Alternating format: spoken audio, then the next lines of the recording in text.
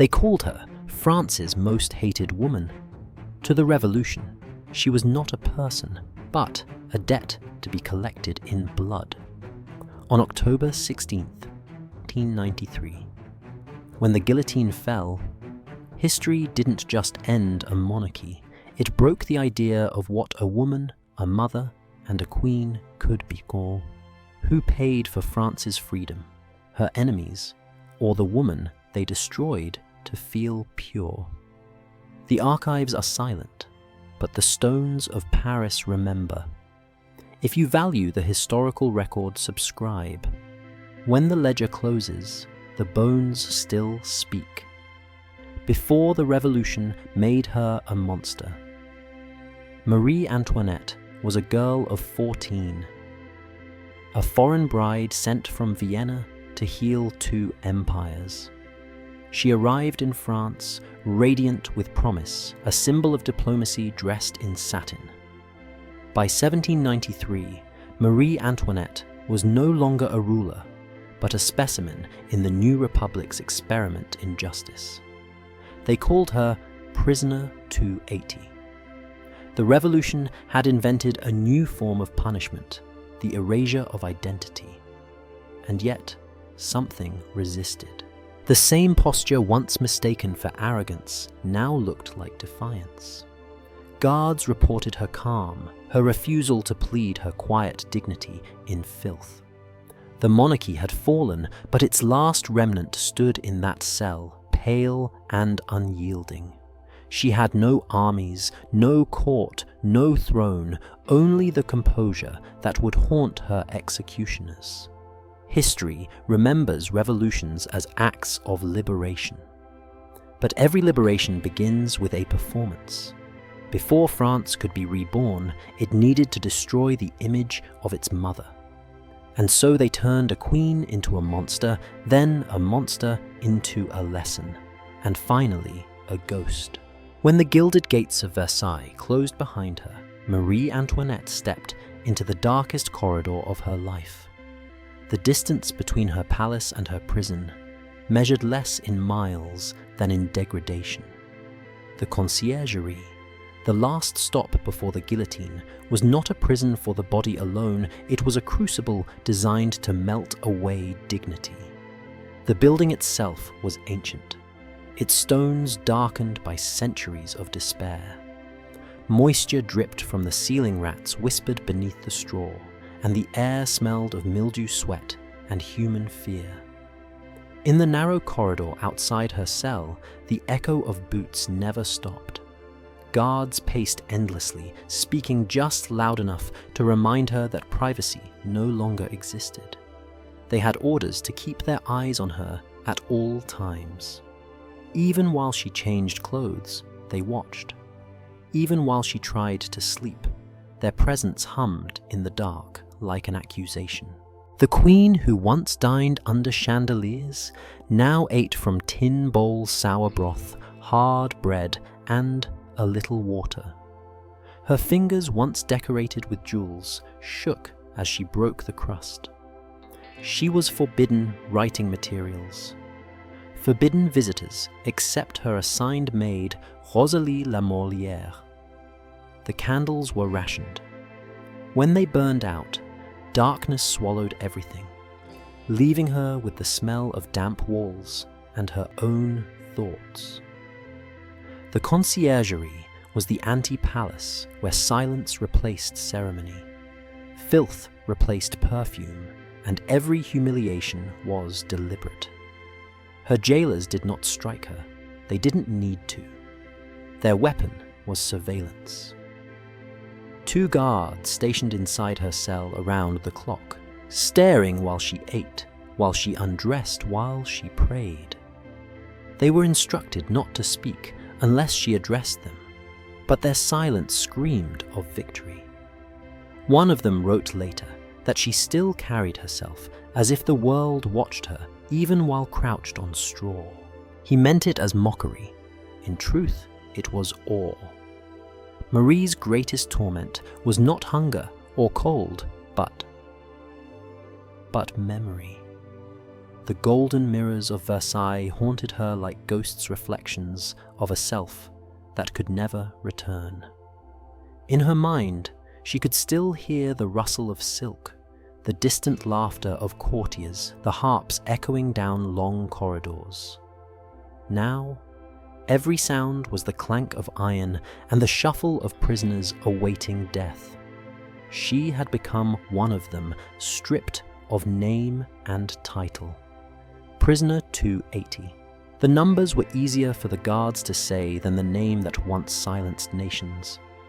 Her enemies wanted her broken, but something in her refused to collapse. Rosalie would later say Her Majesty suffered like a mother, but endured like a soldier. It was true.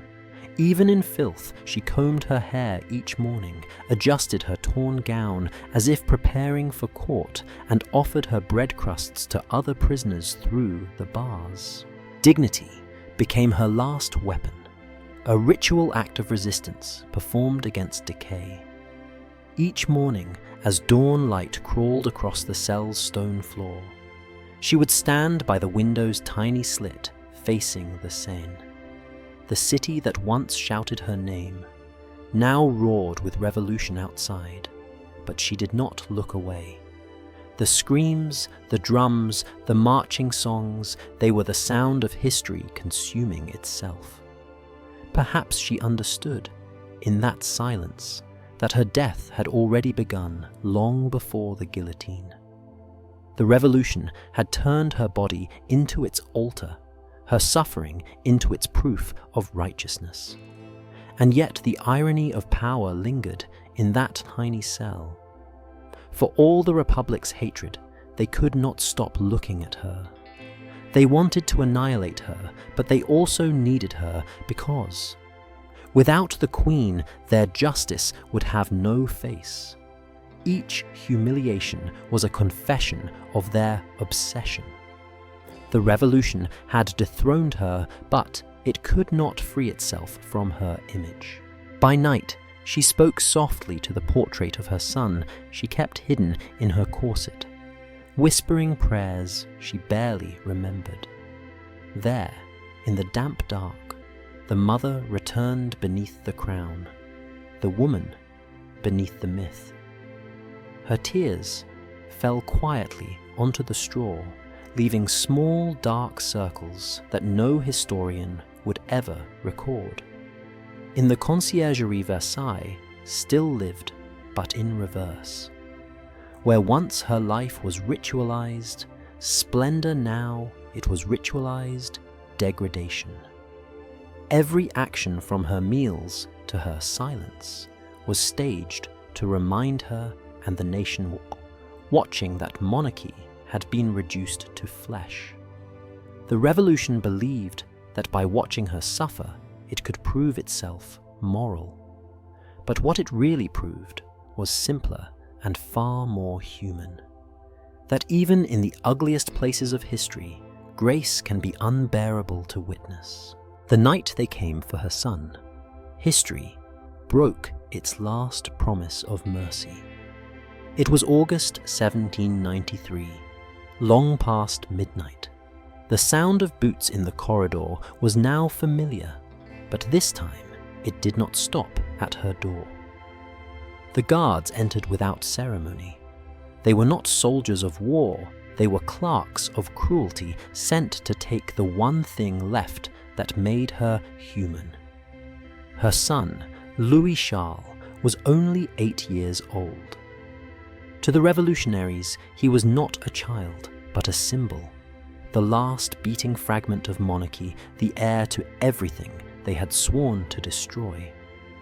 The boy had been ill-frightened, clinging to his mother for days, as the noise of executions echoed through the walls. When the guards announced their order, Marie did not believe them at first. Then she understood. They wanted to separate mother and child, to turn innocence into evidence. She threw herself between them, begging, bargaining, her voice cracking in the dark stone chamber.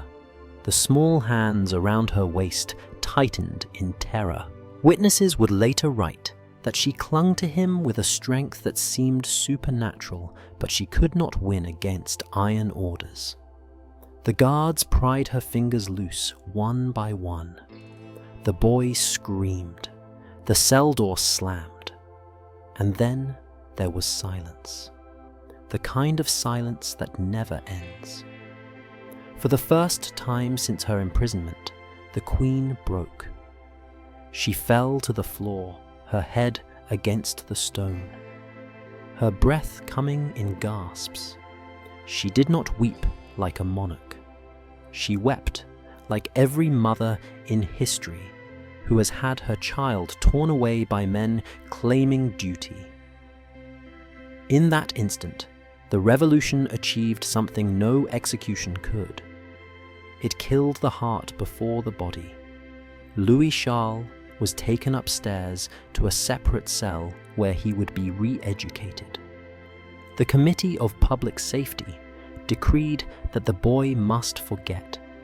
He was royal, must learn to curse his parents, must be made new in the image of the Republic. They handed him over to a cobbler named Simon, a man whose loyalty was measured in brutality. Under his watch, the boy was beaten, starved, forced to drink wine until he vomited, and taught to parrot revolutionary songs. Eventually, he was coerced to sign a confession accusing his mother of unspeakable crimes. That paper ink, trembling with the hand of a terrified child, became the state's most powerful weapon. It would later be read aloud at Marie Antoinette's trial, transforming maternal love into legal poison. The people who had once cheered her beauty now cheered her defilement as justice. Her motherhood had been weaponized against her. In the days after her son's removal, she changed. Her maid, Rosalie Lamolière, noticed at first the absence of movement, the long hours of staring at nothing, her food untouched. She had stopped adjusting her gown, stopped brushing her hair. When she finally spoke, her voice was soft, stripped of its formal tone. "They have taken my child," she said, "and with him they have taken my breath." There was no rage left, only a strange lucidity. Each day she would whisper prayers for her children, the son in his cell, above the daughter and sister-in-law still imprisoned elsewhere. But even her faith trembled. "If heaven allows this," she murmured once then, "heaven must be tired of kings and mothers alike." The revolution's cruelty had found its purest form not in bloodshed, but in the slow destruction of tenderness. To break a queen was one thing. To make her watch her child suffer was another. The philosophers who had spoken of liberty and fraternity had not foreseen this, the inversion of motherhood into treason. And yet, despite everything, she clung to her son's memory with the precision of ritual. She refused to let the guards clear away his bedding. She kept his little wooden spoon, his discarded shoe. At night, she would turn toward the wall that separated them and whisper stories as if he could still hear. Rosalie once caught her doing it and wept in silence, afraid even sympathy might be punished. The boy's voice was never heard again in that prison. Months later, the cobbler Simon was dismissed, and the child was left alone, starving in his cell. By the time they found him years later, he was already dead, thin, silent, and forgotten. The Republic had succeeded.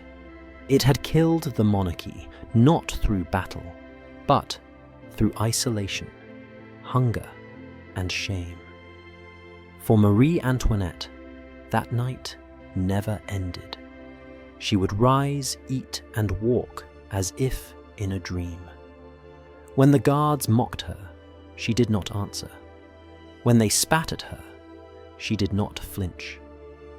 The silence that once belonged to queens now became the silence of mourning.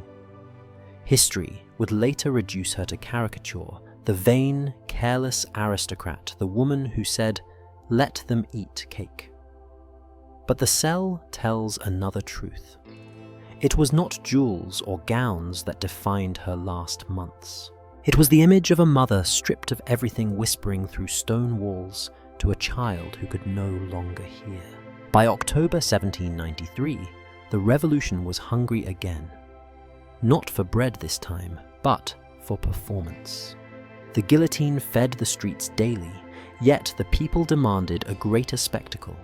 They wanted the queen. Her trial would not be justice, it would be theatre. The stage was the revolutionary tribunal, its actors, the prosecutors and jurors, its audience, the same crowd that had once cheered her wedding procession through Paris. The proceedings began on the morning of October 14th. Marie Antoinette was led into the courtroom. Pale thin, her hair turned nearly white. Her wrists were bound loosely, more for ceremony than restraint. Before her stood the judges and prosecutors, all men, most already famous for their zeal. They called her Widow Capet, denying her title, denying her name, reducing her to the wife of a dead traitor. The court's goal was not to prove guilt, it was to display it. The charges read aloud were a grotesque mixture of truth and invention. She was accused of squandering the nation's wealth, of plotting massacres, of conspiring with foreign powers. But buried among the political accusations was something darker, the charge of incest. The prosecutors, led by Antoine Fouquier-Tinville, claimed that the queen had corrupted her own son. It was the most obscene accusation ever uttered in a public court of France. When they read it aloud, even the spectators' people, who had screamed for her head, fell silent. Marie froze. Her lips trembled not in fear, but in disbelief. For a moment, she could not speak. Then, slowly, she rose. She did not turn to the judges. She turned to the crowd behind her, filled with market women and mothers from the city. Her voice was steady, resonant in the sudden stillness. "I appeal to all mothers who are here," she said. "Do you think nature itself could ever inspire such horrors in a mother's heart?" The silence that followed was unlike any in that courtroom before. For a fleeting moment, the revolution hesitated. Women in the gallery who had come to witness her ruin found tears in their eyes. Even the soldiers looked down. It was not innocence, she proved it was something more dangerous. She reminded them that beneath the crown was a mother, and that motherhood had no political enemy. The prosecutors quickly recovered. They knew the power of that silence. They drowned it in rhetoric, shouting about tyranny, greed, betrayal. They waved pamphlets and caricatures that had long painted her as the Austrian she-wolf. They recited verses of mockery written by street poets. Each slander piled upon the next until it formed a mountain of noise. But it was too late. Her single sentence had already punctured the illusion. The courtroom became a battleground between hysteria and composure. The Queen answered questions briefly, without protest, without anger. "I was a queen, but I have learned to suffer," she told one interrogator. When asked about hidden funds and secret alliances, she only replied, "If I had such power, would I be here before you?" Her calm infuriated them. They wanted tears. She gave them stillness. Witness after witness paraded forward former servants, revolutionaries, even neighbors. Some spoke out of fear, others for fame. None could provide real evidence.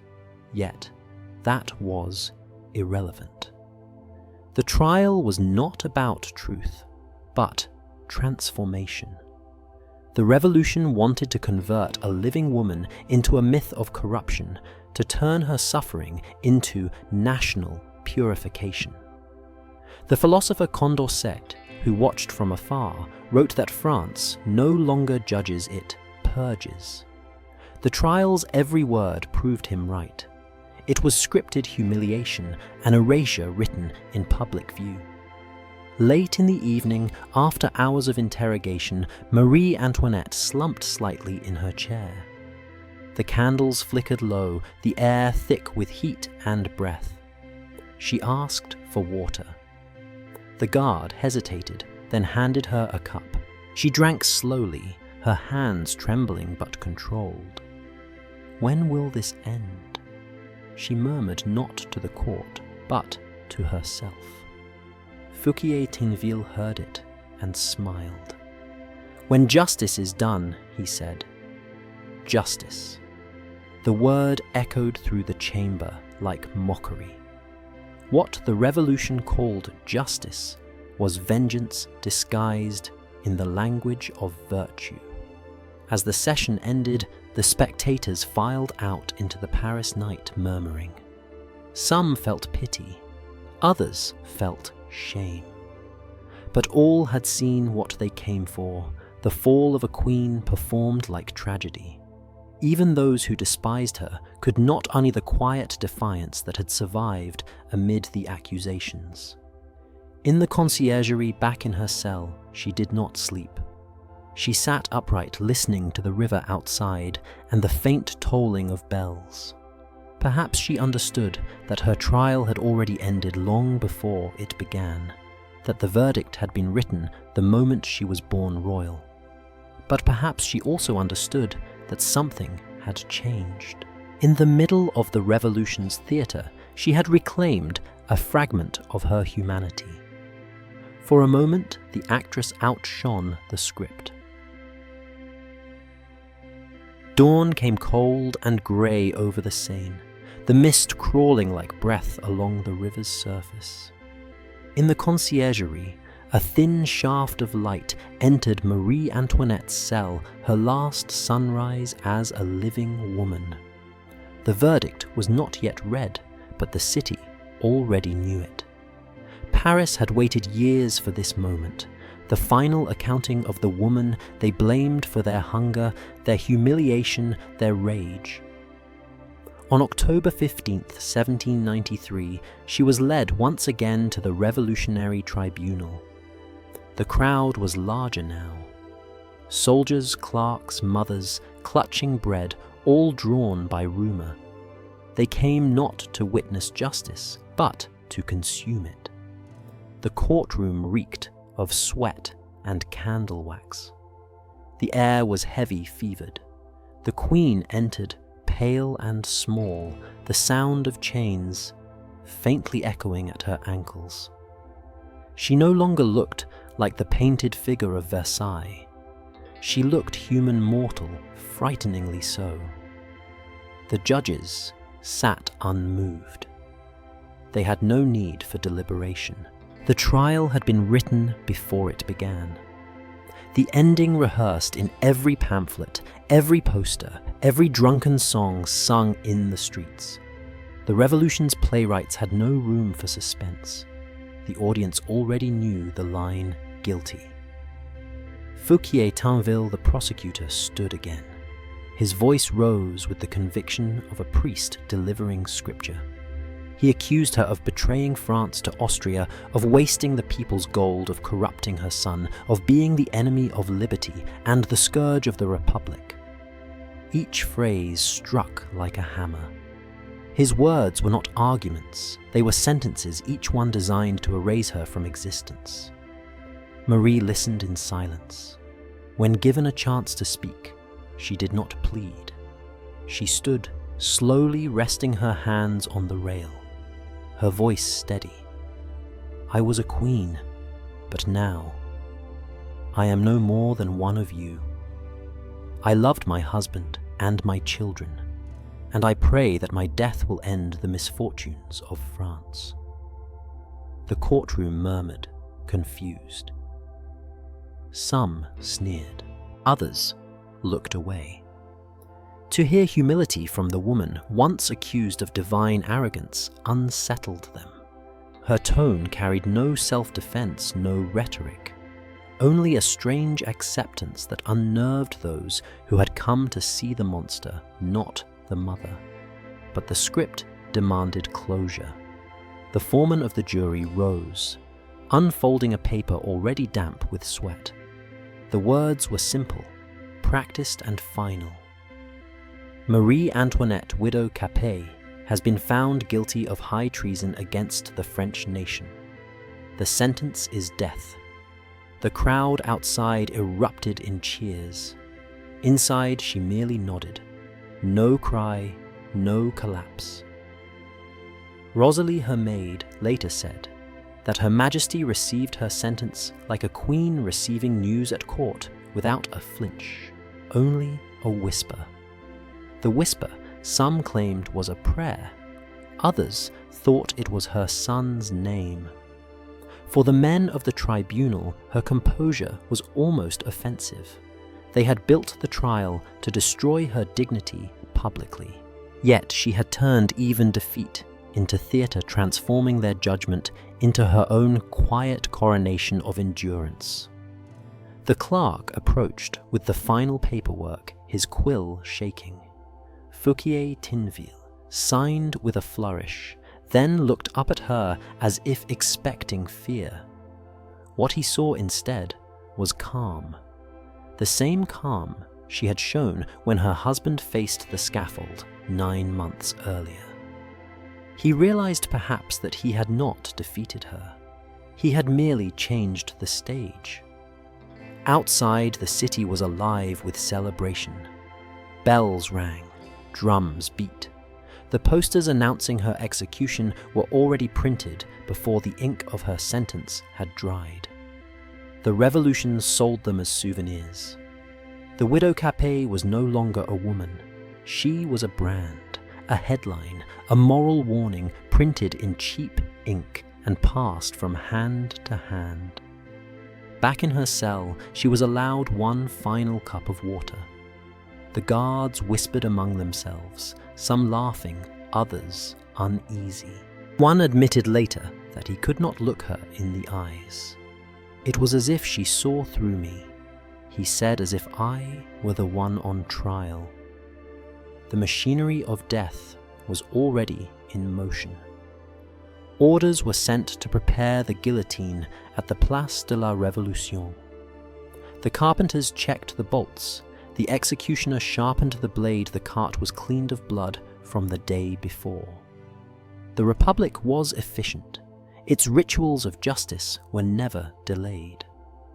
As night fell, the crowd outside the conciergerie sang revolutionary songs beneath her window. Their voices rose in drunken joy, calling for vengeance, for cleansing, for the end of monarchy's ghost. Inside, the Queen sat in silence, listening. Every shout was both insult and farewell. It is said that when the guards came to inform her of the execution time, she thanked them. The words startled them, "Thank you." Perhaps it was reflex, the remnant of courtly etiquette, or perhaps it was something deeper. A last assertion that she still chose her tone, her manners, her meaning. They could take her life, but not her measure.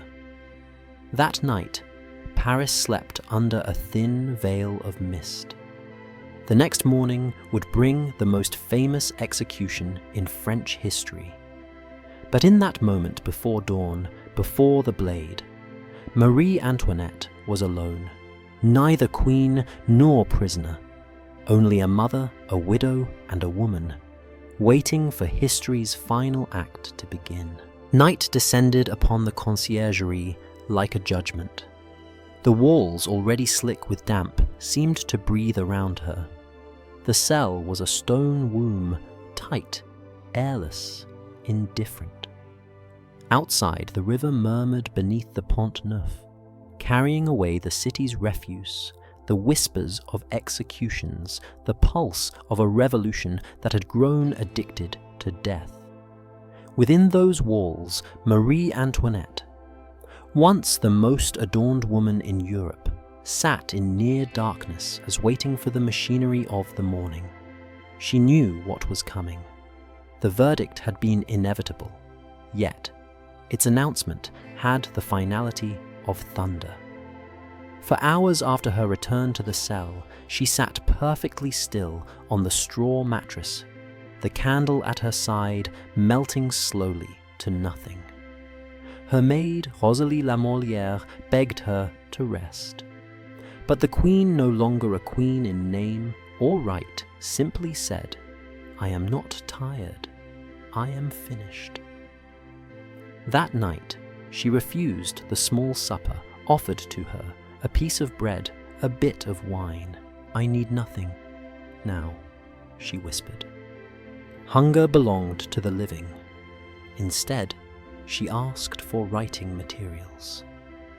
The guards hesitated. She had been forbidden to write since the day of her arrest. But now, at the edge of death, they relented. A clerk brought a quill, ink, and a sheet of coarse paper. She thanked him softly, then waited for the door to close. Her letter, addressed to Madame Elisabeth, her sister-in-law, was her last act of sovereignty. The handwriting was steady, deliberate. She asked Elisabeth to forgive those who had wronged her, to console her surviving daughter, and most painfully to forgive her son for the false testimony he had been forced to give. He was too young to know what he was doing, she wrote. May he one day understand that I bless him with all a mother's heart. It was not a plea for justice. It was the language of acceptance, the vocabulary of someone who had been stripped of everything except her ability to choose grace over rage. "I forgive my enemies," she added, "and I pray that my death may bring an end to the misfortunes of France."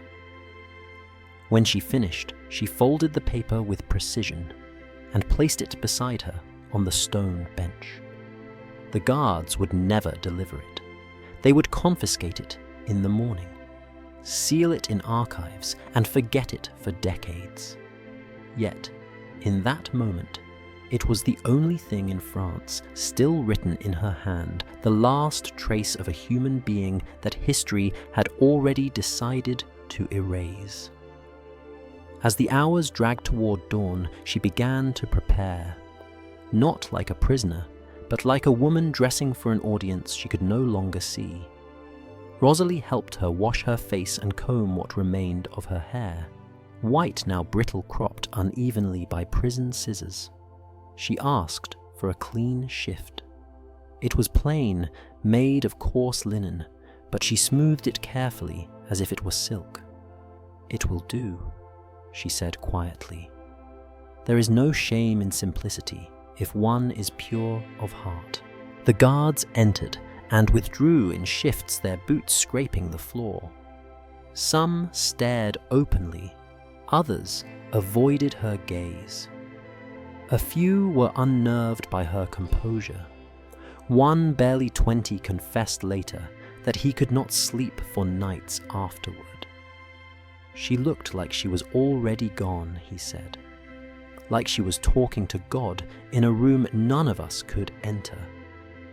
Around midnight, she knelt beside her cot and prayed. The words were almost inaudible. Those who heard her said she prayed not for her own soul, but for her children, for France, and even for those who condemned her. "I have no resentment," she said softly, "only sorrow that I could not do more good." The candle burned down to a stub. She sat again on the straw mattress, her back straight, her eyes unfocused. The distant sound of drums carried across the city. Somewhere out there, carpenters were hammering the scaffold together. The guillotine was always rebuilt at dawn, its parts cleaned and oiled, ready for the next name on the list. The Republic demanded precision even in death. She listened to the faint trickle of the river, to the whisper of the guards outside, to her own heartbeat. It was said that her calm that night unsettled even the most hardened revolutionaries.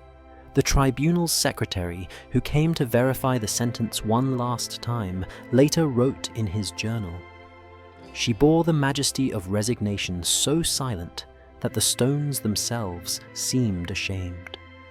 Sometime before dawn, she asked for her rosary, though the revolutionaries had forbidden religious symbols. When the guard hesitated, she smiled faintly and said, "It is only beads and thread. They cannot overthrow that." He relented. She held it between her fingers, moving bead by bead, lips barely moving. As light began to seep into the corridor, she stood. Her movements were mechanical, almost ceremonial. Rosalie helped her fasten her shift and straighten her shawl. The queen, stripped of title, wealth, and kin, was performing her final ritual, the one thing no revolution could dictate: how to face death. When the guards came for her at dawn, she thanked them. Not out of irony, but habit. Decades of courtly training had made grace her last defense. They shackled her hands loosely, as if afraid to touch her. One guard, perhaps out of pity, whispered, "Courage, madame." She nodded. "Courage has never left me. It is only my body that betrays me now." As they led her out, Rosalie tried to hand her the folded letter. A guard snatched it away. Marie did not resist. "It will find its way in time," she said. Then she turned to her maid. "Thank you, my child. You have served me in life. Pray for me in death." The cell door closed behind her with a hollow echo. The straw, the candle wax, the scraps of her final night remained the relics of a monarchy reduced to dust. Down the corridor, the turnkey's keys clattered like distant bells. She was escorted into the courtyard where the cart awaited. The sky was pale blue, the city still waking. The smell of river mist mixed with the iron scent of blood. Before stepping onto the cart, she looked once toward the spires of Notre Dame, visible over the rooftops. "They will ring the bells," she murmured, "but not for me." Then she climbed aboard, and Paris exhaled. The night of the Queen was over. The day of her execution had begun. The cart waited in the courtyard, its wooden wheels damp with morning dew. It was not a carriage of royalty, but a box of humiliation. A rough plank nailed to a pair of wheels meant for transporting criminals. When Marie Antoinette stepped toward it, the guards hesitated. She did not. For a woman raised among marble and chandeliers, her dignity now existed only in how she chose to walk. And she walked as if the world were still watching. The ritual of unmaking her had begun long before she reached the scaffold. The revolution understood the theatre of degradation. Every step from queen to condemned was designed not merely to kill, but to erase. The first act had been the stripping of her mourning dress. She had refused to wear anything else since the death of Louis XVI. A garment of black silk, one last fragment of royal grief. Now the guards demanded she remove it. It was an order, not a request. The widow of Capet will wear white. They said the color of penitence. White. The irony was unbearable. Once it had been the color of her coronation robes, the symbol of purity and divine right. Now it was recast as submission, as the revolution's favorite costume for shame. They handed her a plain chemise, coarse and thin, its seams unfinished. She accepted it without a word, holding it close as if it were armor. Then came the scissors. The executioner's assistant, a man named Charles-Henri Sanson, approached with a pair of dull shears. "It is necessary," he said, avoiding her eyes. She did not resist as he lifted the heavy mass of her hair, once powdered, jeweled the envy of courts across Europe. Years of fear and sleeplessness had turned it grey, streaked white like frost. When the first lock fell to the floor, a faint gasp escaped her. By the third, there was silence again. Hair in those days was not vanity alone. It was identity, lineage, sensuality. To cut it was to sever the last thread of selfhood. Each strand that dropped to the stone floor was a piece of her past life, dying before the blade ever touched her neck. The executioner worked quickly, his hands shaking slightly. When he finished, she turned to him and said simply, "It is well. I shall trouble you no more." Then the ropes came, thick cords of hemp, coarse and unyielding. They tied her wrists tightly behind her back. When the knot bit into her skin, she winced not from pain, but from indignity.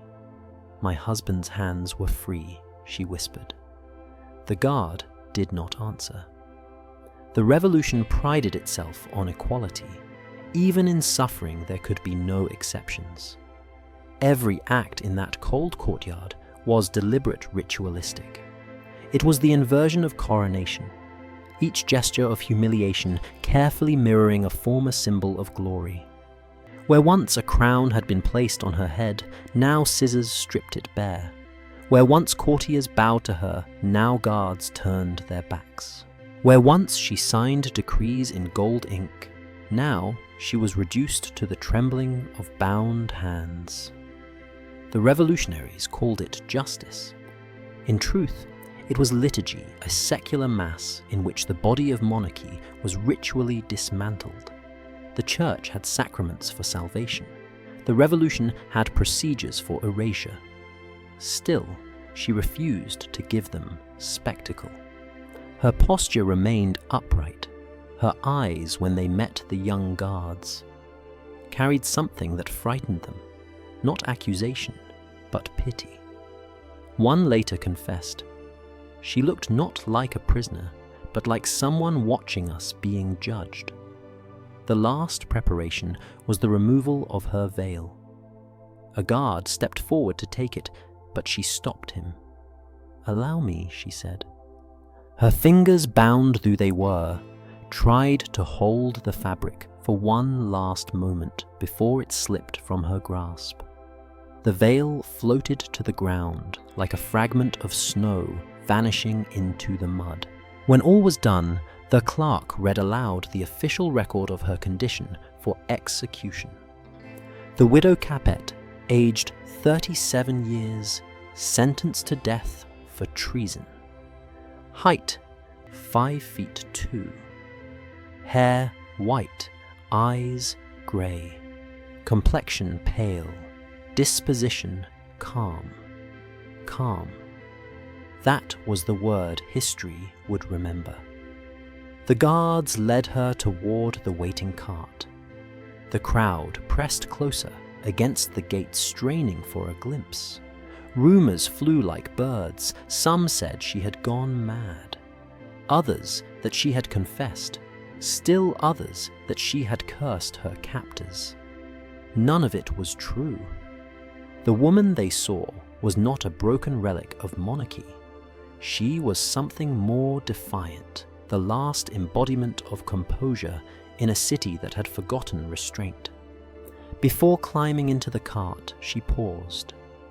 The bells of Notre Dame began to toll for morning mass, though no priest was allowed to pray for her.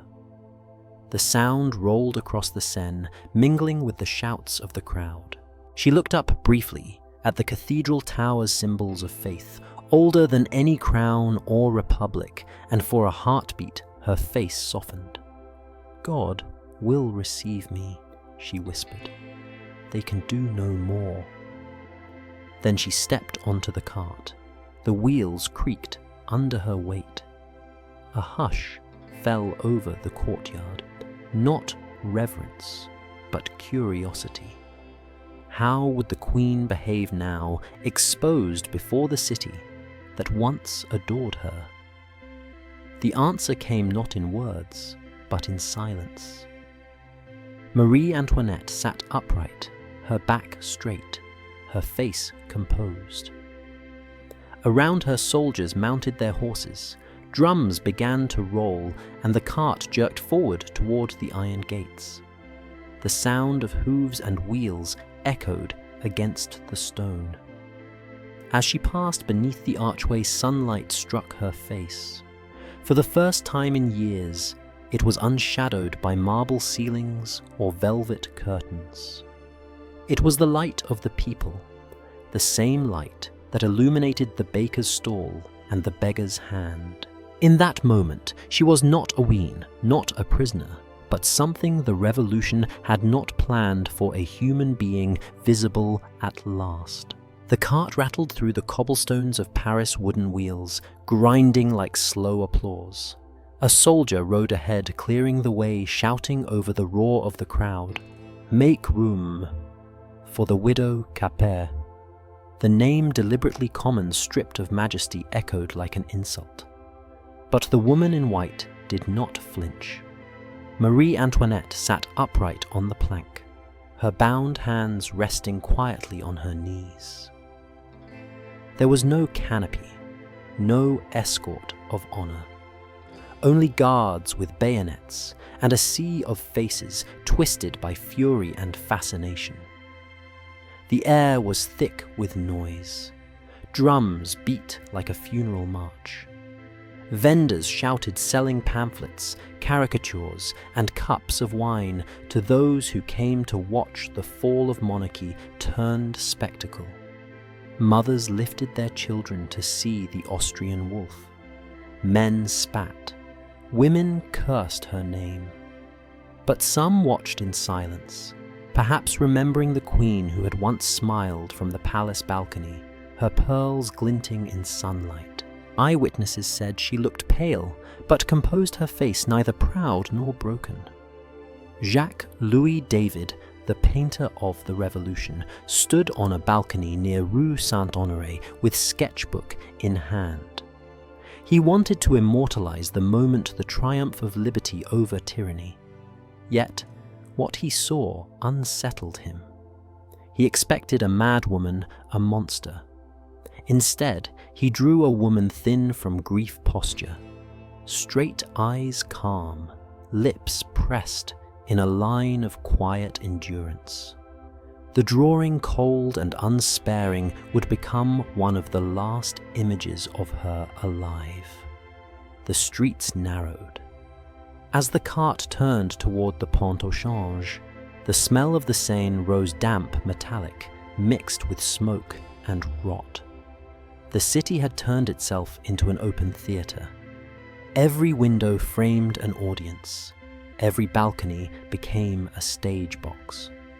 Paris had waited years for this show, and now it unfolded at walking pace, one jolt of the cart at a time. Marie Antoinette's hair, unevenly cropped, lifted slightly in the wind. A soldier beside her leaned close and whispered, "Courage, madame." She turned to him and nodded once. "I have it still," she said softly. That was all. The silence that followed was strange. Even the soldiers, hardened by months of blood, seemed uneasy. There was something about her stillness, her refusal to perform despair, that challenged the entire choreography of hatred. The people had been told they would see vengeance. What they saw instead was dignity. At one corner, a woman screamed, "Murderess," and threw a handful of mud. It struck the queen's shoulder and slid down her sleeve.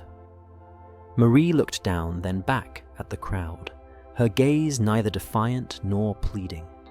Just a weary curiosity, as though she wondered how many of them had once cheered her weddings and fates.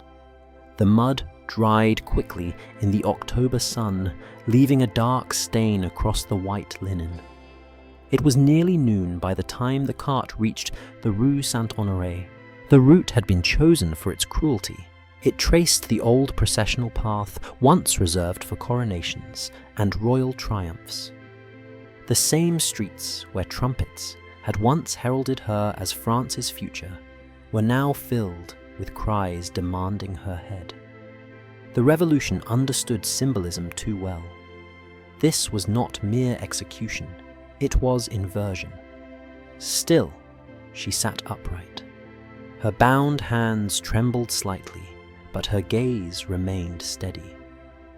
The priest assigned to accompany her, a constitutional cleric loyal to the Republic, muttered prayers under his breath. "Do you wish to confess, madame?" he asked. She shook her head gently. "I have confessed to God," she said, "and he will be my only judge." At last, the towers of the Tuileries came into view.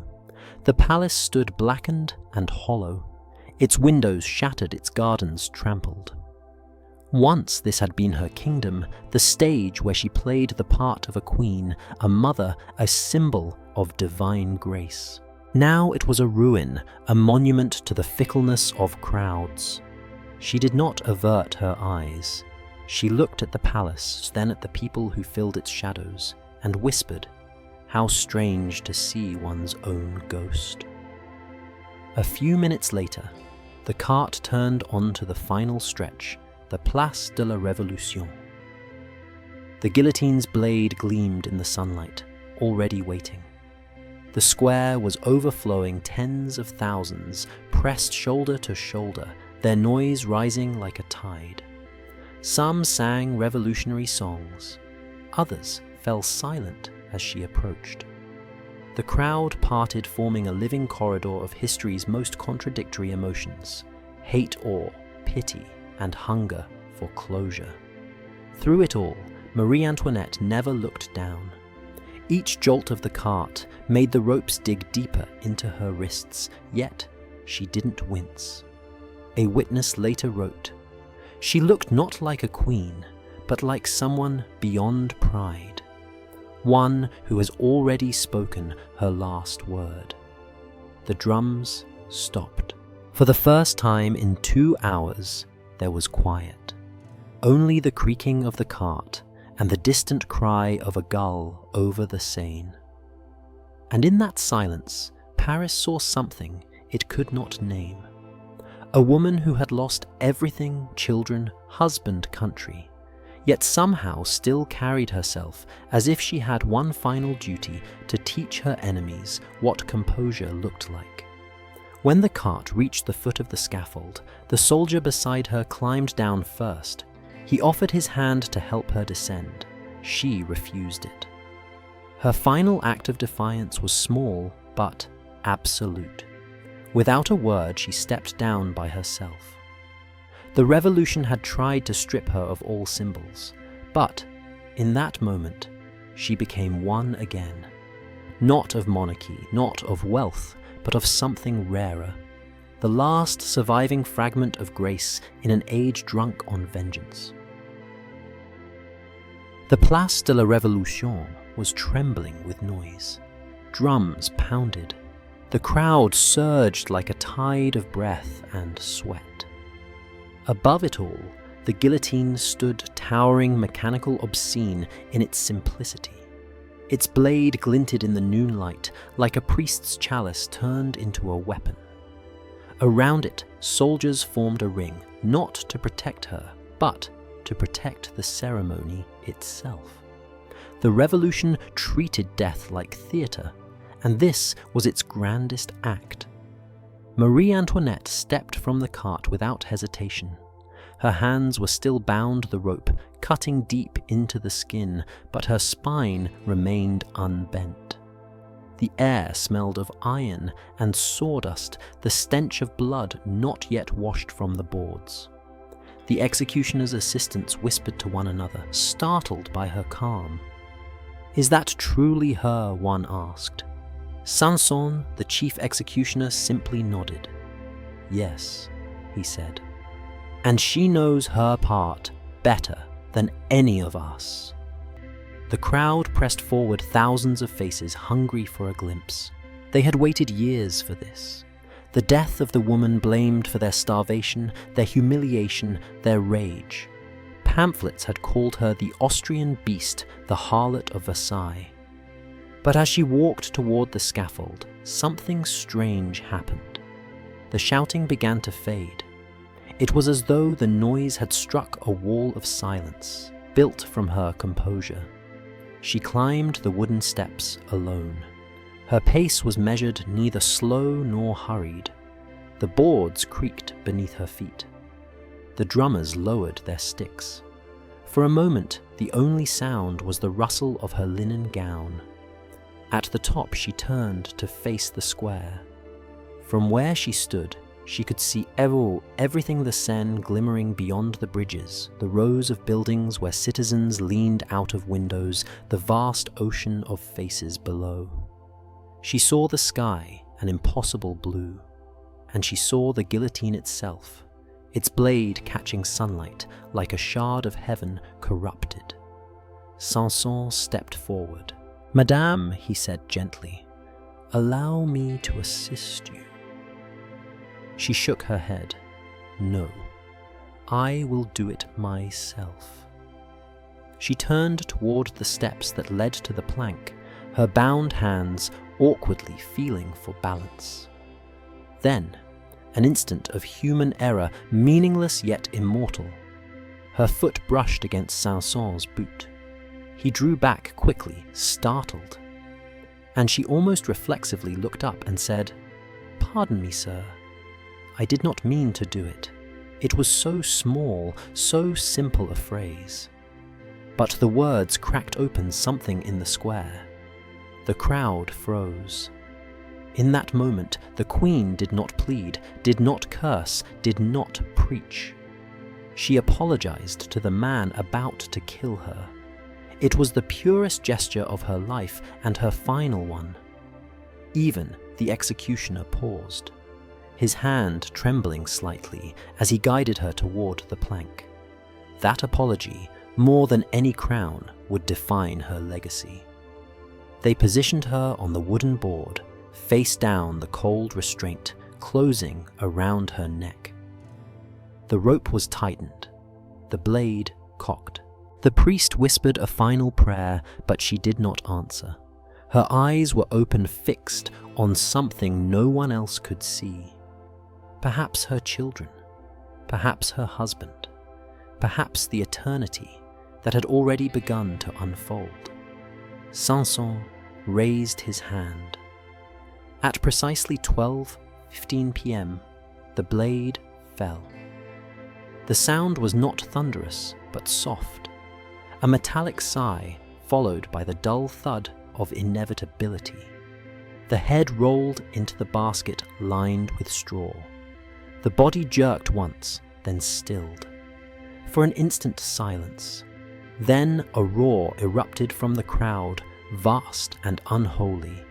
Hats waved in the air. Men shouted, "Vive la République!" Women danced. The drums thundered again. A guard lifted the severed head by its white hair and held it high. The eyes were half closed, the mouth slightly open as if still about to speak.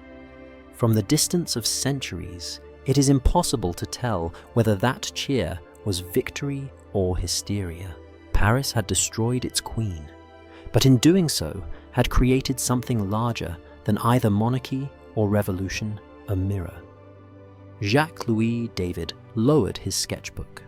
He could not draw any more.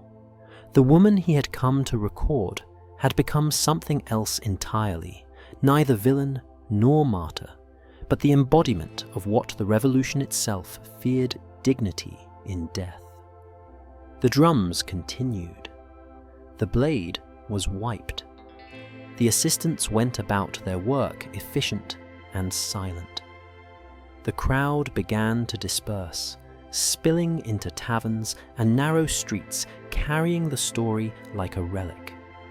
They would exaggerate, distort, forget. But one line would survive, whispered in disbelief. She apologized to the executioner. By the time the sun began to set over Paris, her body was gone, loaded back into the same crude cart that had carried her there. The boards were washed with buckets of water, the blood running between the cobblestones joining the stains of the hundreds who came before her. The revolution had promised equality in death, and it had delivered. The widow Capet Queen of France, mother of two, was now no different from a thief, a deserter, a common criminal. Her body lay somewhere among theirs, waiting for disposal. But even as they cheered, the Parisians could not shake the image of her calm assent, the quiet apology, the white garment against the red wood. The revolution had meant to erase her. Instead, it had immortalized her in the most human gesture imaginable. The crowd had wanted to see a monster fall. What they saw instead was the last act of civility in an age that had forgotten how to be civilized. The stage of death had ended. The theater of memory had begun. For years, France had whispered her name with venom. L'Autrichienne, they called her the Austrian woman, the foreign spider, the queen who feasted while children starved. But when the blade fell, all those syllables scattered like dust in the wind. What remained was silence and the echo of 7 words. "Pardon me, sir. I did not mean to do it." That quiet apology, offered to her executioner, became the most enduring sentence of the revolution. It was not defiance. It was something harder to destroy dignity. The cart that once carried her to death was brought back to the conciergerie, empty, its wheels streaked with blood and straw. Inside, the prison guards whispered to one another, uncertain what to feel. They had seen hundreds die on the guillotine, thieves, priests, aristocrats, but never had the crowd fallen silent before the cut. Even Sanson, the executioner hardened by years of death, later admitted, "She met her end with courage. I have never seen its like." Her head, lifted to the crowd, became a trophy of the people's will. But even in that grotesque display, the illusion of justice trembled. The mob cheered because silence terrified them. To cheer was to drown out the thought that they had killed not tyranny, but a human being who had once smiled, once prayed, once mothered children. By evening, the city began to quiet. Paris exhaled. Shopkeepers closed their stalls. The Seine reflected the red streaks of sunset, as if the sky itself bled for her. In taverns, the story was retold with embellishment. How she fainted, she did not. How she cursed the people, she never did. How she confessed to her crimes, there was no confession. The revolution had needed her to be a monster because monsters justify cruelty. But Marie Antoinette, at the very end, refused the script. Her death was meant to be erasure. Instead, it became reflection. That night, the executioners carried her body to the Madeleine Cemetery, a plain, muddy field behind a wall. The burial was quick. No coffin, no rites, no music. Her head and body were placed together in a pit lined with quicklime meant to dissolve flesh swiftly and quietly. The gravedigger made no note of the spot, only a rough mark with a wooden stake. The revolution had finally done what it promised. Equality reduced to anonymity. But even in anonymity, she defied them. For the revolution could control her body, but not the meaning of her final act. The apology, spontaneous, instinctive, ordinary, exposed the entire machinery of hate. What kind of monster apologizes to the man who kills her? What kind of villain shows grace, when grace is forbidden? That moment pierced through propaganda like sunlight through smoke. In the years that followed, pamphlets and memoirs turned her death into a battleground of interpretation. Some revolutionaries insisted it proved the justice of their cause, that even queens must die humbly before the people. Others quietly began to wonder if the people themselves had become what they once condemned. A few witnesses, clerks, soldiers, women from the crowd later spoke of strange stillness that day. She did not tremble, one said. We trembled for her. What frightened them was not her power, but her composure. She had walked through every stage of degradation, stripped, bound, mocked, paraded, and still at the end refused to become the caricature they demanded. In that refusal, she reclaimed what no law could give and no blade could take, her humanity. Her last gesture, though tiny, resonated like a moral earthquake. In an age where revolutions justified cruelty as virtue, Marie Antoinette's calmness revealed an unbearable truth, that mercy is the rarest form of strength. When the revolution celebrated its victory over tyranny, the sound of that single apology still lingered in the air like a haunting counterpoint. They could burn her portraits, destroy her jewels, desecrate her memory, but not that voice. History would never forget the words that made the victors look small. At dawn, the next day, Paris moved on. The guillotine was scrubbed clean, the scaffold dried, and another list of names prepared. Death had become administration. The revolutionaries congratulated themselves on their efficiency. But somewhere in the archives of conscience, a stain remained that could not be washed away. The revolution had promised liberty, equality, fraternity.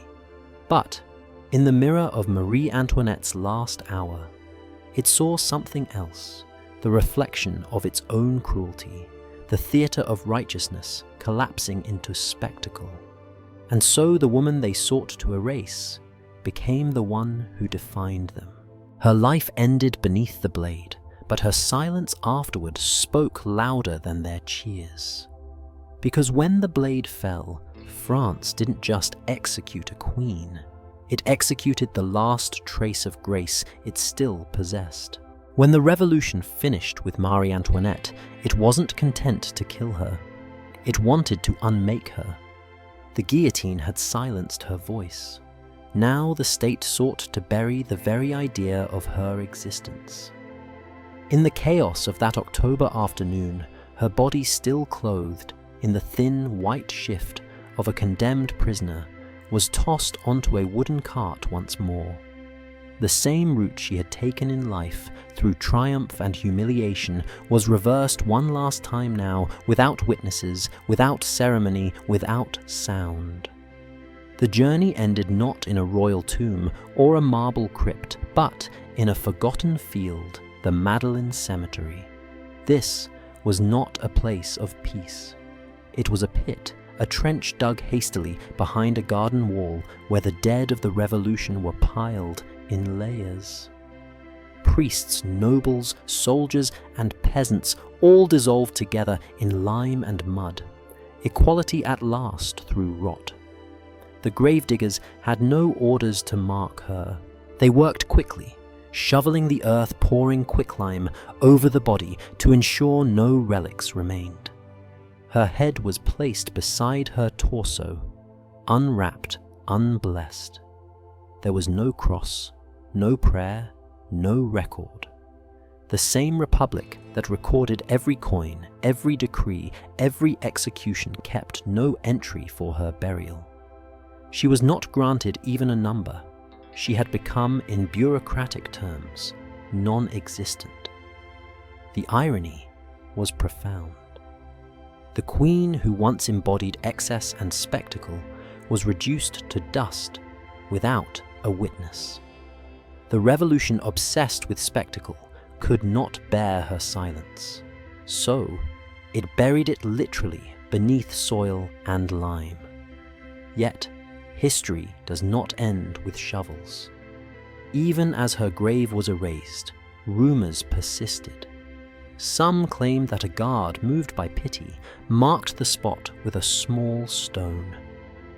Others said a sympathetic clerk noted her burial secretly in a ledger, the ink now long faded. What mattered was not the truth of these rumors, but what they revealed, even among the victors. There remained a flicker of conscience, a whisper, that the revolution had gone too far. Days after her execution, Paris was uneasy. The guillotine kept working, but the satisfaction of vengeance had curdled into fatigue. Pamphlets mocked her final words. Artists sketched her profile with both hatred and nostalgia, and yet the people felt something they didn't expect: emptiness. They had demanded her blood. Now they had it. But the hunger remained. In death, Marie Antoinette had achieved what she could not. In life, she had unified France, not in rage, but in silence. For the first time, the revolution looked at itself and saw a mirror of cruelty.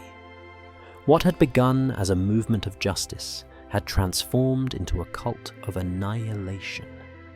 Every head that fell made the crowd quieter. Every cheer grew shorter. They had buried a queen, but they had also buried the last trace of innocence in their cause. Years passed. The Madeleine Cemetery was closed, its soil thick with history's residue. Buildings rose over it.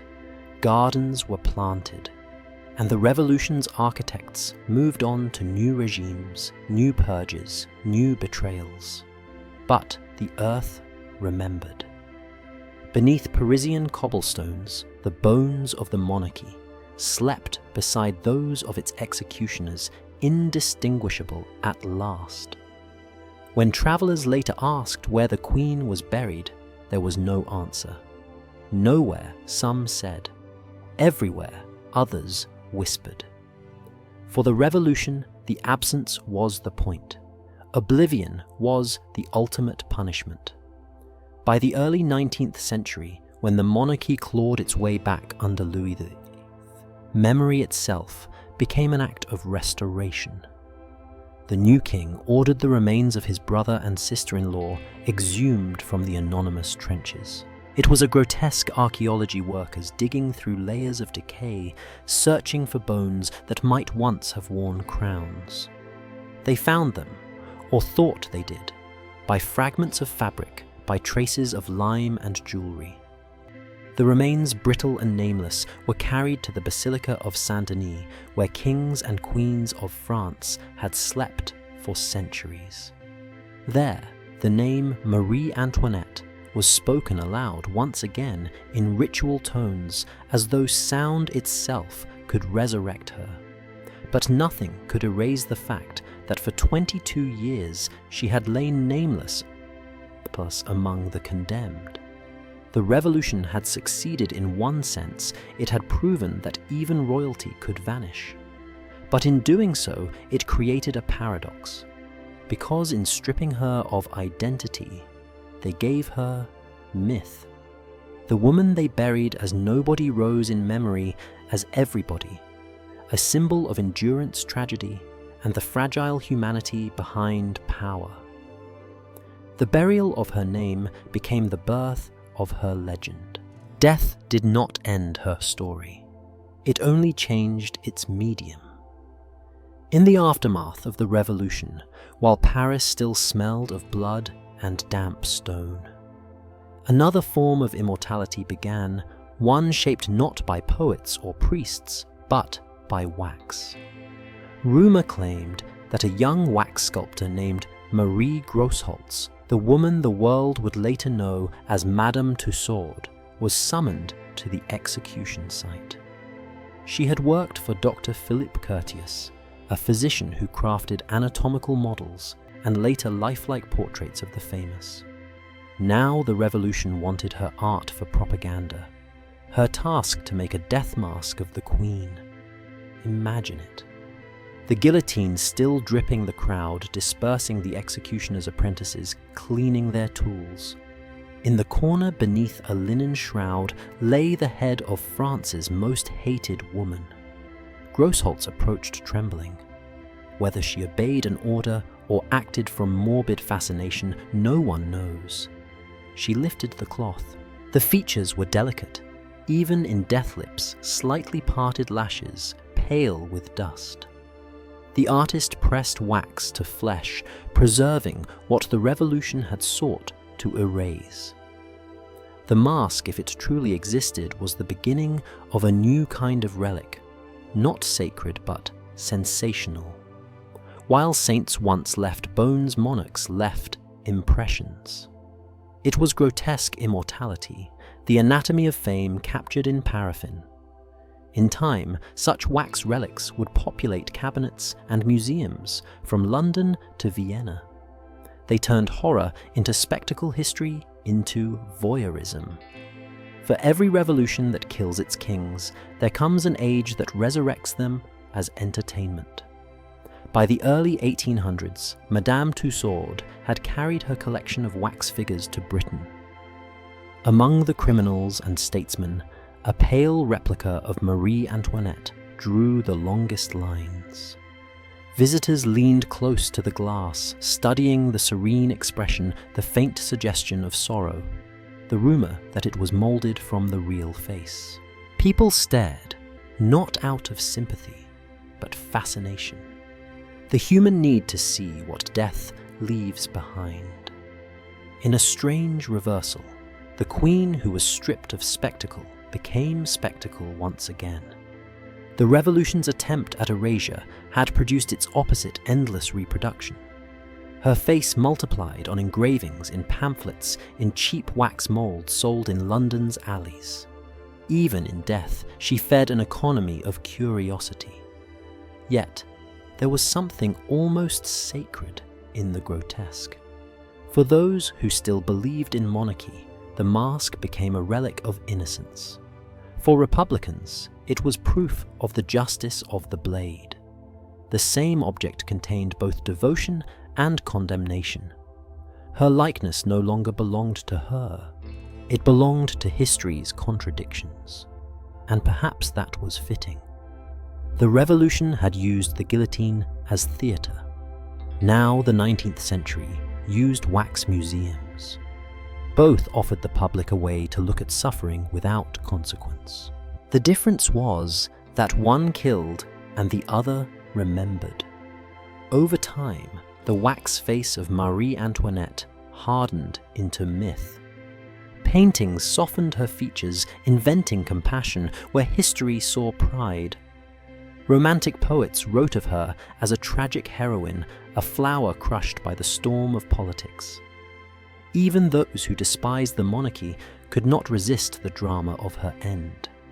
She became less a woman than a symbol of lost grace, of the futility, of excess, of civilization's appetite for spectacle. And beneath that symbol lay the cold truth.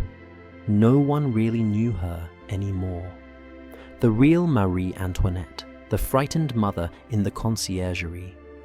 The silent prisoner who apologized before dying was buried under layers of invention.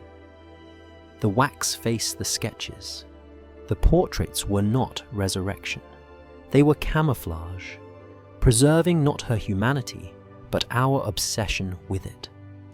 We can still see her today behind glass, eternally composed.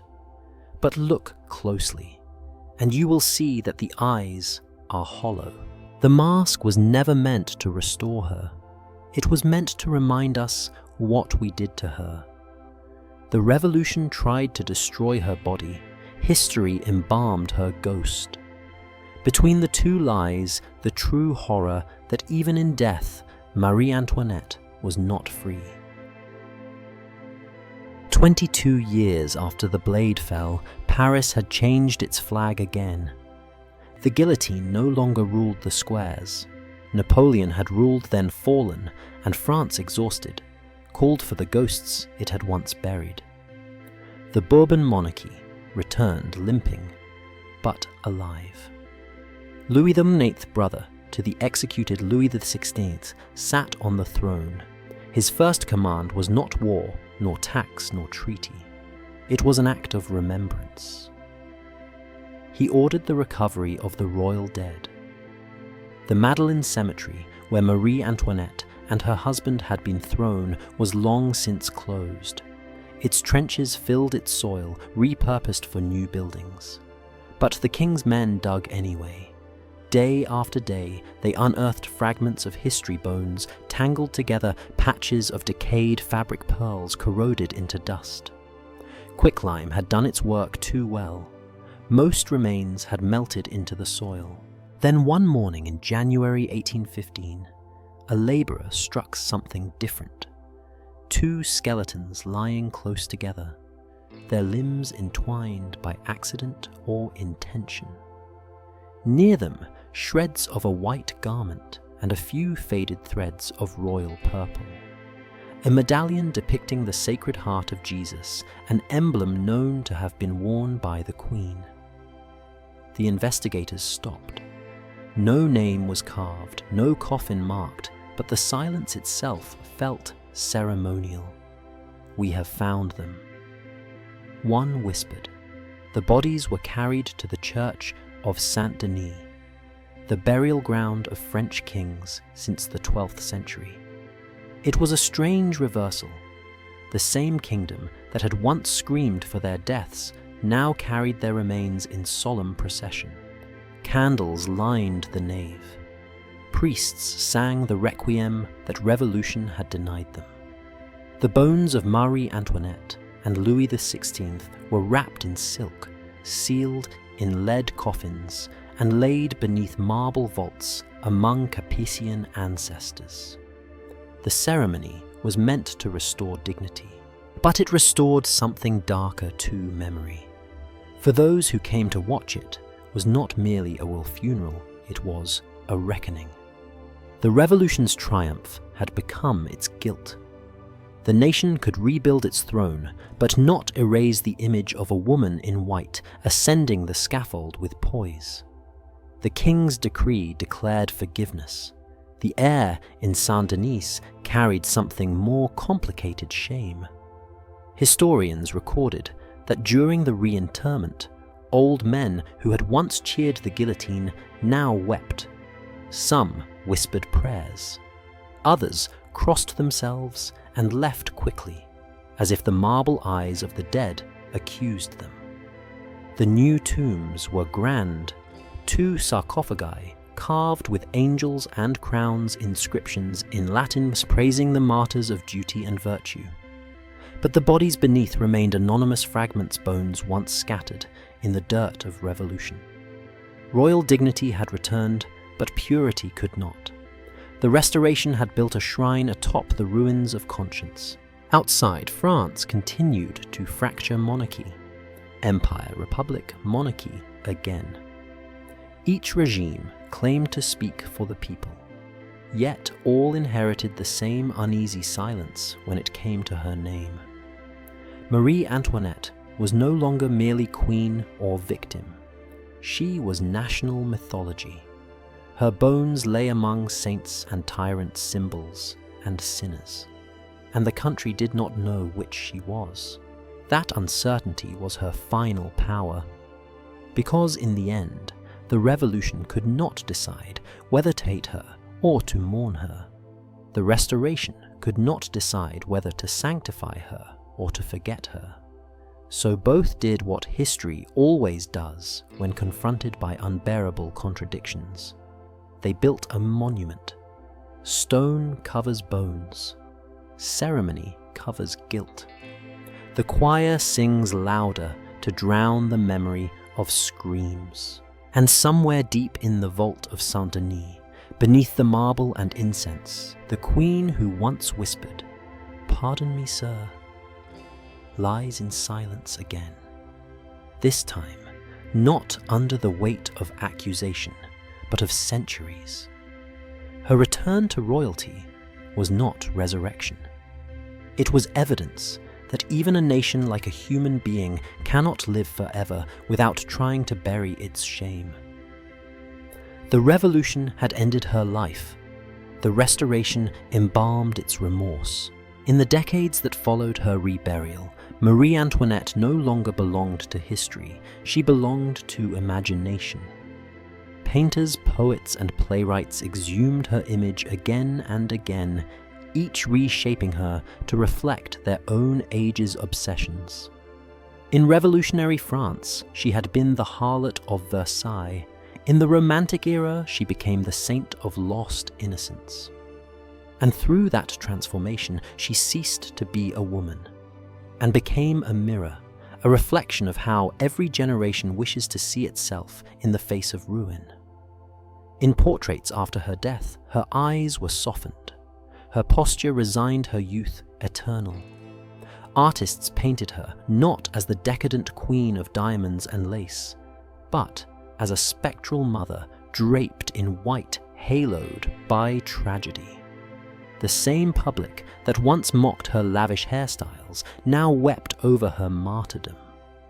The guillotine had given her something Versailles never could: purity. The revolution, in trying to strip her of dignity, had paradoxically crowned her with it. Her myth expanded beyond France. In Vienna, she was remembered as the lost daughter of the Habsburgs, a symbol of familial betrayal. In England, she became warning against mob violence. Across Europe, writers compared her final days to those of Christ-like endurance, a woman carrying the sins of monarchy upon her back. Even the word Antoinette began to change its meaning. It no longer evoked excess. It whispered fragility. By the late 19th century, historians began to ask a dangerous question. What if she had never been the monster they imagined? They uncovered letters, diaries, and correspondence, revealing a woman more naive than malevolent, more trapped than corrupt. The scandals that had fueled the revolution, the diamond necklace, the feasts, the rumors of orgies proved to be exaggerations, distortions crafted by pamphleteers who knew that hatred sold better than truth. And so, history turned again. Plays portrayed her as a victim of gossip. Novels painted her as a prisoner of circumstance. Even cinema centuries later would render her in silk pastels and candlelight, transforming the guillotine into a tragedy of aesthetics. The Queen became the eternal heroine of the story. Civilization loves to tell about itself that cruelty can always be redeemed through beauty. But beneath the perfume of myth, the reality remained acid and cold. Marie Antoinette was not an angel, nor a demon, nor the pastel saint of later art. She was something rarer, a human being trapped between two collapsing worlds, the last breath of divine monarchy and the first scream of democracy. Her tragedy was not her wealth, but her irrelevance. She was born to rule in an age that no longer believed in rulers. That is why she terrifies and fascinates in equal measure. She exposes the fragility of civilization's masks, the ease with which virtue becomes violence, and the speed with which mobs become executioners. Every society needs its scapegoat. France found hers in a young woman who never understood the fire she walked into. And yet, she endured. In the end, her story became Europe's mirror, one reflecting its obsession with power, its addiction to spectacle, and its moral amnesia. The revolution destroyed her to prove its virtue. Later generations resurrected her to feel their own compassion.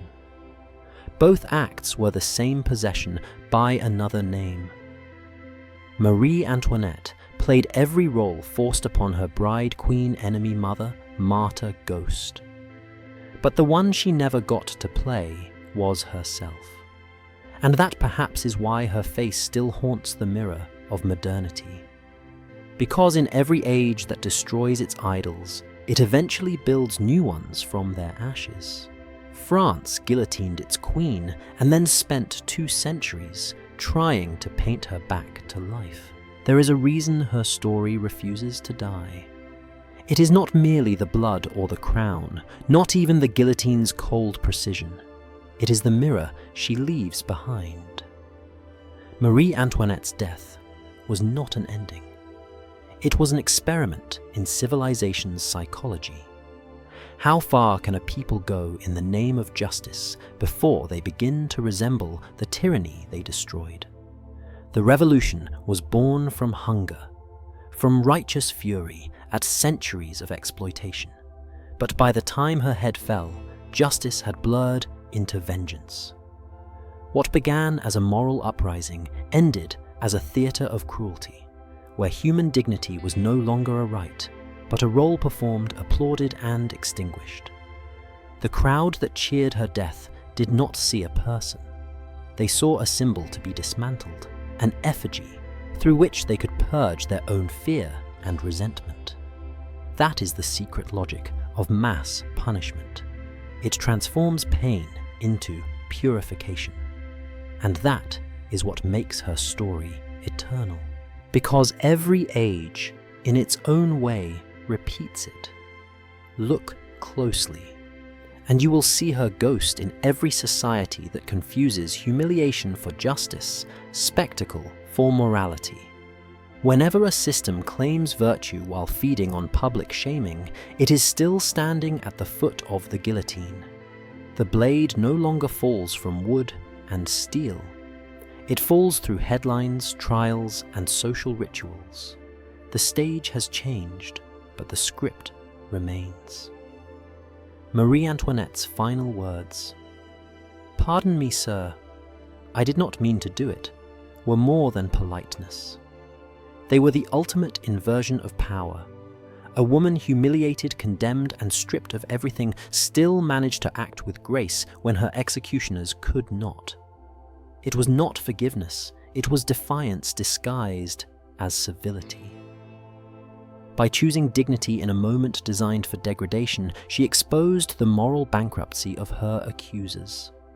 They could destroy her body, but not her composure. And that is the kind of victory tyrannies, whether royal or revolutionary, cannot comprehend. Her apology remains one of history's quietest rebellions. Because it was not for them, it was for us. A reminder that humanity, when stripped of every ornament, still holds one weapon. The mob can never seize conscience. After her France rebuilt itself again and again, monarchies, empires, republics, each promising virtue, each leaving new scars. Yet the ghost of that October morning lingered, not in palaces or prisons, but in the collective memory of a nation that had watched itself commit something it could not fully justify. It is easy to kill a queen. It is harder to live with what that killing reveals. The revolution's blade cut more than flesh. It severed the illusion that morality and violence could ever coexist peacefully. It showed that virtue, when institutionalized, can turn monstrous. And perhaps that is the final lesson she leaves, that civilization's progress depends not on how it crowns its heroes, but on how it treats its enemies when they are powerless. In the quiet aftermath, France built new myths to comfort itself. Republican virtue, Enlightenment reason, the people's sovereignty. But beneath those ideals lies the echo of her voice, trembling yet calm. Pardon me, sir. That whisper survives because it speaks to something older than politics, the possibility of grace within horror. When the revolution turned its justice into theatre, she became its unwilling actor. When the curtain fell, it was not the monarchy that looked monstrous, it was the audience. So, we return to the same question that began her story. What does it mean to destroy a symbol in the name of virtue? And can any nation or any age claim innocence? Once it finds pleasure in the spectacle of humiliation. Marie Antoinette's death marked not the fall of tyranny, but the birth of a new kind of cruelty, moralized violence. It lives on whenever punishment becomes performance, whenever vengeance disguises itself as righteousness. The revolution ended with a blade, but history's sharpest edge is still reflection. Because when we look at her story, we are not looking at her, we are looking at ourselves.